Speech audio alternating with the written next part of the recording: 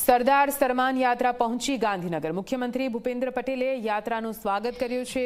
બારડોલીથી સોમનાથ સુધીની સરદાર સન્માન યાત્રાનું આયોજન કરવામાં આવ્યું।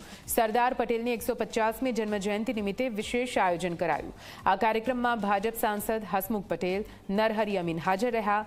મંત્રી રાઘવજી પટેલ પણ યાત્રાના સન્માન સમયે હાજર રહ્યા। ભાજપ અને કોંગ્રેસના આગેવાનો હાજર રહ્યા। ગાંધીનગરના અન્ય પાટીદાર આગેવાન પણ ઉપસ્થિત રહ્યા। જયંતિ નિમિત્તે આજે ગાંધીનગર ખાતે યાત્રા આવી છે અને ગાંધીનગરમાં વસતા તમામ સમાજ દ્વારા ખૂબ ઉષ્માભર્યું અને એના અગાઉ પણ ઘણી બધી મિટિંગો હતી, એટલે તમામ સમાજનો એક સંદેશા સાથે, એટલે જેથી કરી અને તમામ લોકોનું કહેવું કે સરદાર સાહેબ માત્ર કોઈ એક કુળમાં જન્મ્યા એટલે કોઈ કુળના નથી, સમગ્ર ભારતના છે। એટલે એકતા, અખંડિતતા અને એમના આદર્શ, એમના મૂલ્યો સમગ્ર જનતા સુધી પહોંચે એવા એક પ્રયાસ સાથે એકતા યાત્રાનું આયોજન કર્યું હતું। અને આજ રોજ ગુજરાત રાજ્યના મુખ્યમંત્રી, માન્ય રાજ્યસભાના સાંસદશ્રીઓ, મંત્રીશ્રીઓ, તમામ લોકો, તમામ પાર્ટીના, તમામ જાતિ ધર્મના લોકો, તમામ લોકોએ આજે એકતા યાત્રાનું સ્વાગત કર્યું છે।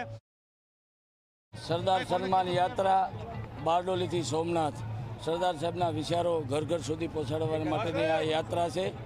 સરદાર સાહેબના સપનાનું ભારત, એક ભારત શ્રેષ્ઠ ભારત, અને સરદાર સાહેબની 150મી જન્મજયંતિ આવી રહી હોય ત્યારે હરેક દેશવાસીઓને નમ્ર અપીલ છે કે સરદાર સાહેબને ધામધૂમથી એની 150મી જન્મજયંતિ ઉજવી અને સરદાર સાહેબને સાચી શ્રદ્ધાંજલિ આપીએ। જય સરદાર।